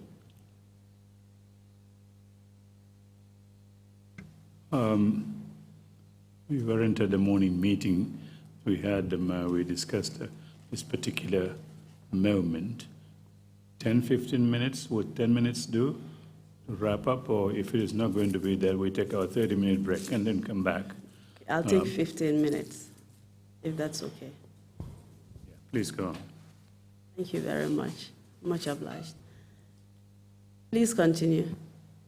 Well, NIA ñu ngi fa 2 months 3 days. NIA, we were there for 2 months, 3 days. Later dañuy charge yóbbu ñu court. And it was after that, later, we were charged and taken to court.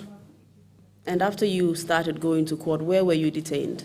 bi nga commencé di dem court fan lañ leen tegoon. lañu yóbba remand. At the time, we were taken to the remand wing. And how long were you remanded during your trial? ñaata jamono ngeen def foofu ci remand bi ngeen a dem ci court bi. def nañ fa 9 months. We spent 9 months there. And what happened eventually with your case? sa mbir nag naka la mujjee. then dañuy accuse and discharge. They were? Accused and discharged. They were acquitted and discharged. And as a prison officer, as well as a prisoner who was in Mile 2 for a long time at the remand wing, as well as the confinement wing, can you just give us a very brief and general picture of what it is like being a prisoner at Mile 2? yow comme que yow liggéeykati kaso ba nga naka nga gisee nag ñu nga far mujjee doon koo xam ne dañ la jàpp téye la ay remand Mile 2 foofu noonu naka nga gisee loolu. nga far mujjee nekk koo xam ne dañ la jàpp ci kaso bi te yaa ngi fa daan liggéey. mu ne xam nga yow liggéeykati kaso ba nga. gannaaw gi nga far nag doon koo xam ne dañ la téye teg la benn béréb ay Mile 2 ay NIA yow naka nga gisee loolu. Yes, I just wanted you to elaborate just briefly on the prison conditions at the remand wing. Let's start with the remand wing. ñu commencé ko ci remand wing fofu nak bañ la fa tégué naka nga gisé fofu naka la meloon ci yan anam nga fa nekké woon dafa tight. The place was tight. dafa tàngaay. And it was very hot. daa ci demee ba time it daf dee over métti. When it's time to go to bed or to sleep, it becomes very hard. daa dang dee gis ne nit ñi dañ dee teglantoo ba mel ni ku nekk one side nga dee mun a tëddee. Because people are so much that you have to be lying only on one side because the place was filled up. And in those tight conditions, in the heat, can you tell us when you would normally be locked in for the day? xataay boobu ak tàngoor boobu na dig ñu mun a wax yan jamono lañ leen dee tëj foofu ci biir. 5 o'clock la ñu dee tëj. They always lock at 5 o'clock. ñu ëpp daate 8 o'clock si suba la. And it's 8 o'clock in the morning when they open up. And what do you do for toilet facilities, for example? léegi naka ngeen daan jëfooyee wanag yi nag. wanag yi camba pot nga dee am. They used to put a camber pot in there. yooyu nga dee use full toilet. That's what you use for going to the toilet. And from 5 o'clock till the morning, the next day, you would be locked in with those chamber pots in your cell. diggante juróomi waxtu ba ca suba sa dañ leen a tëj ci biir foofu ak seen poti sàmbur yi ngeen nekkaa moom ci biir foofu ñu leen tëj. waaw foofu nga dee nekkaa moom. job tamit job su ñëwee den foofu nga dee cob ak moom ak camba poti. Yes, that's where you will stay with those camber pots. And even if they bring your food, that's where you are going to eat it. Was it properly ventilated? ndax amoon na foo leen daan amee ngelaw.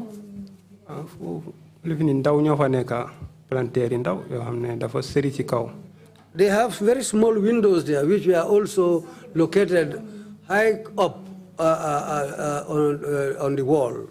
Did they allow for a lot of air, especially considering the smell or the stench of your chamber pots? palanteer yooyu nag di ngeen fa daan amee ngelaw soo ko seetee ak xataay beeg xeeti poti sàmbur yi. No, you have very little air coming in there, almost no air. We have also heard that Mile 2 is a place full of mentally ill people. I mean, were you locked up in cells with those kind of prisoners? Dégg nañ tamit ne Mile 2 dinañ am ñoo xam ne dañ leen fa dee tëj ñoo xam ne seen xel yi dafa manqué ndax yéen jamono jiñ leen a tëj foofu ci biir foofu amoon nañu mel noonu ñoo leen fa nekkandoor. Waaw man cell bu ma nekkoon am na koo xam ne xelam neexut. Yes, the cell where I was in, there was somebody who was mentally unbalanced. Waaw ko donc soo nekkee yow yaay take the time. When you are in there with somebody like that, it is you who will take your time. Ndax ko moom du xalaat dara mun na laa gaañ anytime.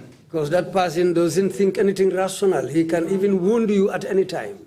So it was a dangerous situation to be in, locked in inside a cell with such a violent, mentally deranged person. Bon dafa mel ni daal mel nu jafe la woon pour ñu tëj la ci béréb boo xam ne yaa ngi fa nekkandoor ak nit koo xam ne xel mi dafa manqué. Waaw. Yes. Tell us briefly about the food. Wax ñu mbiri lekka gi. Lekka bi very poor. The food was very poor. How poor was it? Naka la bonee woon lekka bi. Soo ko lifine jooyee sa xaj sax du ko mun a lekk. Even if you give it to a dog, it will not be able to eat it. And what was the effect of that food on prisoners? Lekka boobu nag lan la jural prisoner yi. Ñu bëri dende am feebar. Most of them contact illness or sickness out of that. Ndax lekka bu bon bi. Because of the bad food. Ndax soo xoolee maybe pap bi. Especially if you look at the pap. Ndax daf dee mun a feebar bu ñu wax biri biri daf ko dee mun a living trop. It causes mostly an illness called beriberi. We've also heard a lot of allegations of corruption, especially against David Colley, who was the prison director at the time. Can you shed any light on that? Do you have any personal experiences? dañ naan dégg tamit ay mbiri njublang yoo xam ne mu ngi fa doon dox surtout ka nga xam ne moo nekkoon seen njiit la di David Colley ndax bu dee xam nga ci loolu dara nga wax ñu ci tuuti rek. Waaw moom daf ko doon def lu doon neex rek moom lu ko favor rek la day def. Yeah, he was doing it blatantly, but because whatever favors him, that's what he will do. Give any particular examples? ñu mun a jox benn misaal. Well, Yes.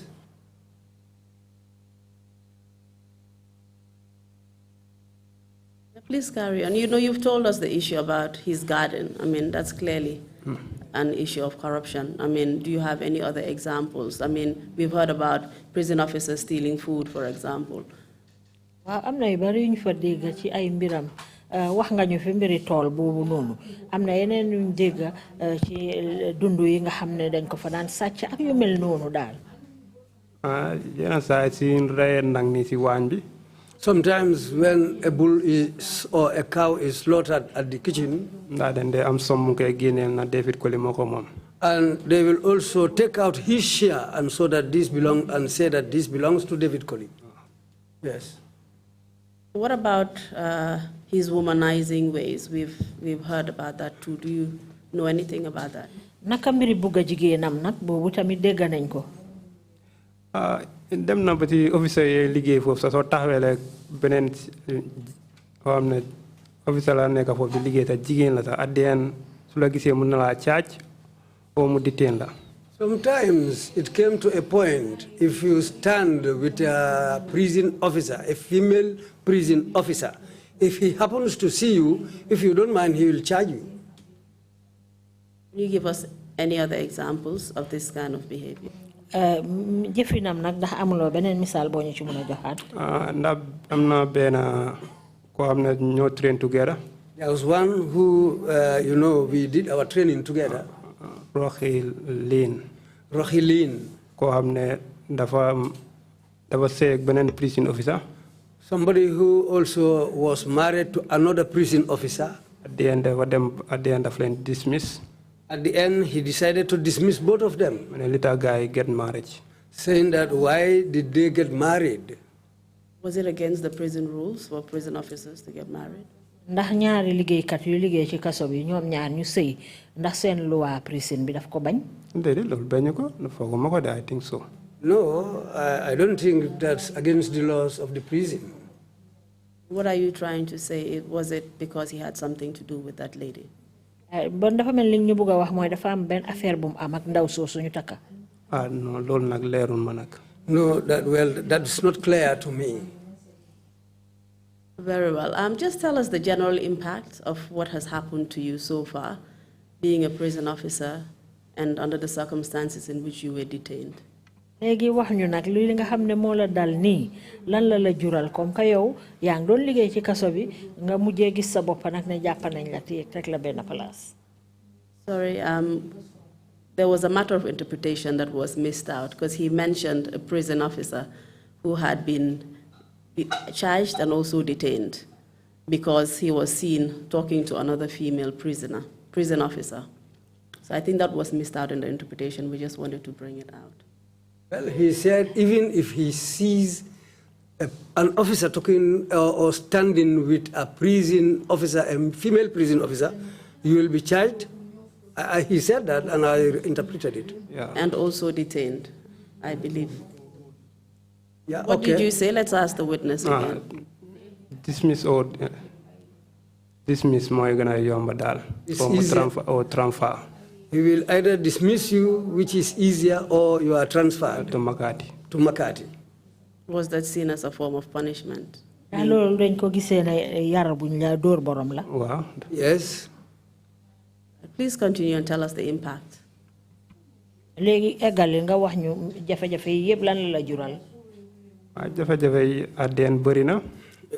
These challenges were a lot at the end. Because where you were working as a worker and all of a sudden they turn and lock you up there, it's very hard. They use advantage on you. And they also use advantage on you. Still now, dismiss or from the day we were detained up to now, nobody told us that you have been dismissed or anything else. The first day then blocks in salary. It was from the first day that our salaries were blocked. Still now, complaining them now ombudsman still now. From that time, we complained. I even went to the ombudsman, but up to now, I have not heard anything. That's my papa time when I came favor on ADN yalla mum ko. During that period, my father became sick until when he passed away. Till now lol mangi dundang mom ba legi. Still, that's the way I am living up to this moment. Yes. Yes.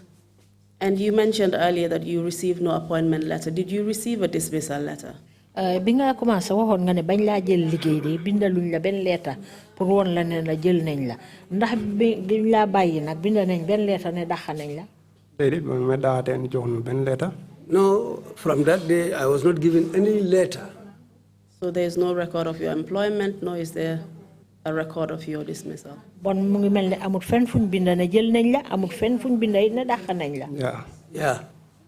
And did you eventually come to receive any information about the circumstances surrounding the escape of Ablai Cissé? Gannaaw gi nak ci mujjantel bi ndax am jot nga ben xibaar bu mu na woné Ablai Cissé mom nga don garder te mu recca ci mbiram naka la téré Wa ta mu nekké remand jot nañ information. Yes, when I was at the remand, we had some information. Ben prisoner mu ci yaad bi. There was one prisoner in the yard. Kok mo yoni ben officer. He sent one officer. Kok mo ñew mo wax ñu ne. That was the man who came and told us that. Chief Kalilu den ko jox xaliss pour mu jappalé ki mu escape.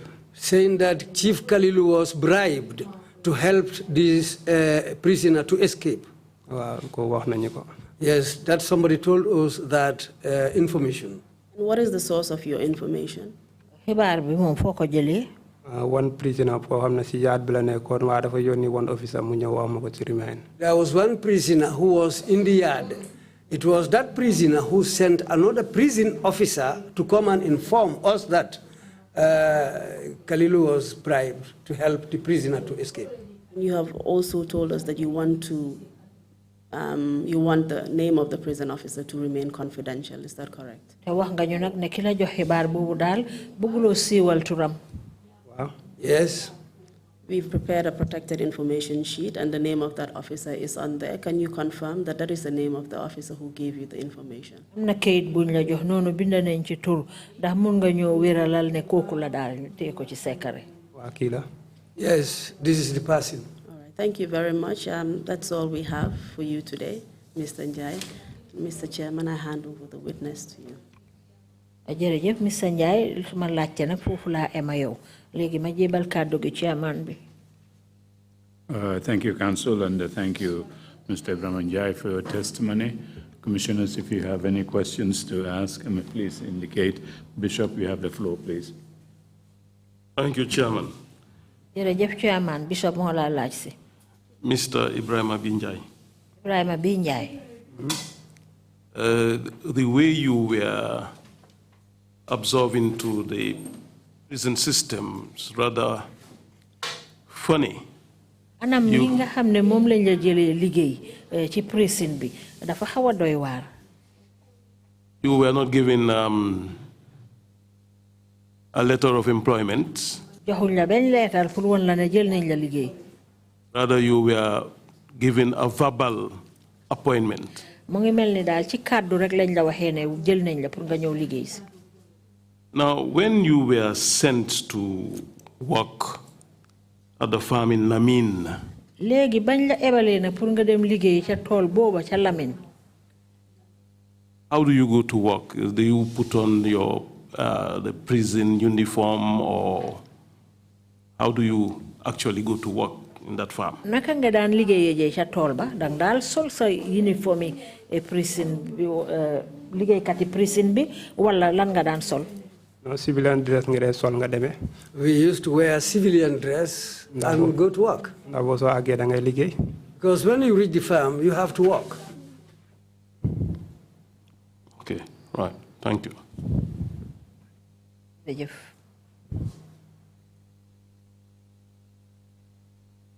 Thank you. I wasn't sure if you were going to respond to that.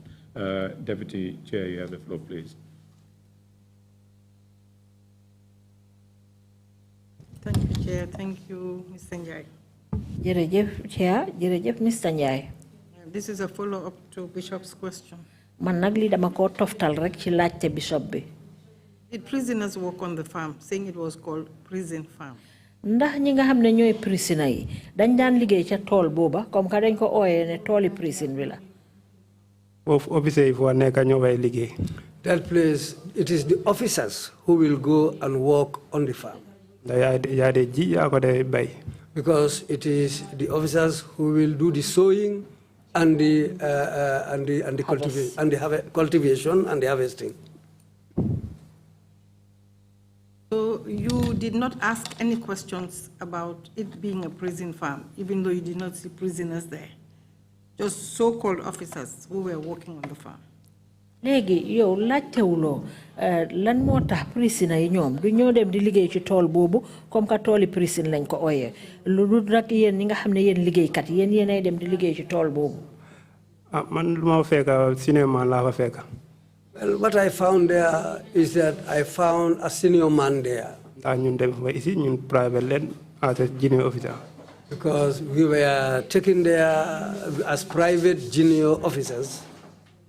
Liggéey rek leen dee def foofu. It is just to work there, that's why we were taken to that farm. The question is in relation to your going to the remand when we were remanded into custody. Ma beneen laajte mooy jamono ji nga xam ne ñu ngi la téye woon foofu ca remand. You said you were stripped of your clothes. Nga ne dañ simi woon sa yére yi. Is that how they took you to the NIA? Noonu lañ la yóbboo woon put on your clothes again? Noonu lañ la yóbboo NIA ndax dañ la solalaat sa yére yi. NIA ba ñu yóbba half jia la ñu yóbbee.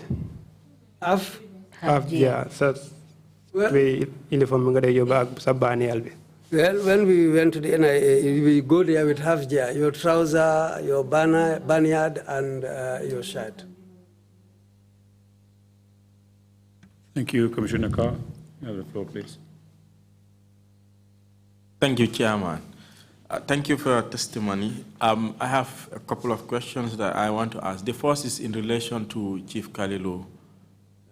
Commissioner Kamola laaj si mu ne jërëjëf moom lim la bëgg a laaj nag mu ngi aju ci Chief Kalilu. You mentioned that you got information that he helped Mr. Cisse to escape. Did that information get to the prison officials? Léegi nga ne ca mujjanteel ga nag jot nga am xibaar bu wone ne moom Kalilu moomu moo dimbali prisoner boobu ba mu rëcca ndax bi nga jotee xibaar bi nag egg na ci kilifa yi nekk foofu ci prison bi. Xibaar boobu ma ko jotee. That information, when I got it, we were going to court at that time. I gave my lawyer that information. But I didn't tell the senior officers in the prison. Okay, so you don't know whether they got the information that he was the one who helped the prisoner to escape? Ndax mujjuloo na xam tamit ndax ne ñoom kilifa yooyu ci prison bi ñoom déggoon nañ xibaar bi ne daal Kalilu dimbale prisoner bi mu rëcca. No, I have no idea about that. Okay, jërëjëf. Thank you. The second question is, after you were sacked, how did you survive? What did you do to survive? Léegi li ma la bëgg a laajaat mooy gannaaw buñ la daaxee noonu nag naka ngaa dundalee sa bopp loo dee def. Adeen bay laa dee lifi ne. Rainy season, Madam Bay? Well, I depended on farming. When the rainy season comes, I go and work on the farm. After rainy season, after the rainy season, I'll come down here. The under some masong if we under the and I used to go along with some masoners and walk along with them. That's what I was doing. Thank you, Chair. Thank you for answering my question. Thank you. Thank you. If there are no further questions, Mr. Njie, if you have any concluding remarks to make, please proceed to make them now. Yes, I have something to say. Please go ahead. My greetings to the chairman and the other commissioners. And I extend my sincerest thanks to all of you, and I am praising all of you. And all the Gambians who are listening and watching this. And and also appealing to them. And also, I want to tell them that I am begging them, let them help me. That's first day when tahawe court.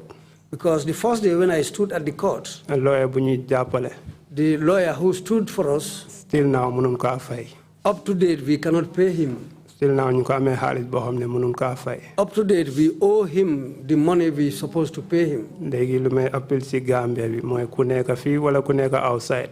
Now what I'm appealing to the Gambians is that those in diaspora and those in the country, let them help us. Secondly, secondly,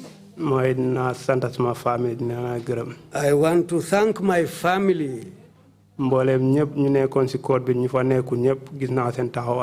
All those who were at the court and all those who were unable to attend, I saw all what they did. I don't want to call names. I might forget or make mistakes. It might be possible that I will forget those who stood for me if I want to call names. But my sincerest thanks to all of them, and I'm also praying for them. And all those who stood by me in the days when I was in difficulty. When I was at the NIA and when I was at the remand, those who stood for me, my thanks to all of them. I'm extending my thanks to all of them. When I was at the remand, the UDP people helped me a lot. When their lunch comes to the detention center, wherever I am in the prison, they will go and locate me and I'll come and eat with them. Even though even if it is a day when they bring pap, they may they will even take some or even bread, they will give it to me and say, eat this. Even when their dinner comes, they will take part of it and bring it for me into the cell. My thanks to them and my regards to all of them. I thank all of them. Thank you very much, Chairman. Thank you very much, Chairman. Thank you very much, Mr. Njie, and thanks again for coming to testify before the Commission. Jërëjëf Mr. Njie, jërëjëf li nga nangoo ñëw pour joxe sa seede fii ci kanam commission bi. We'll take a 30-minute coffee break and resume at 12:30. Thank you very much, Mr. Njie, for coming. The meeting is adjourned.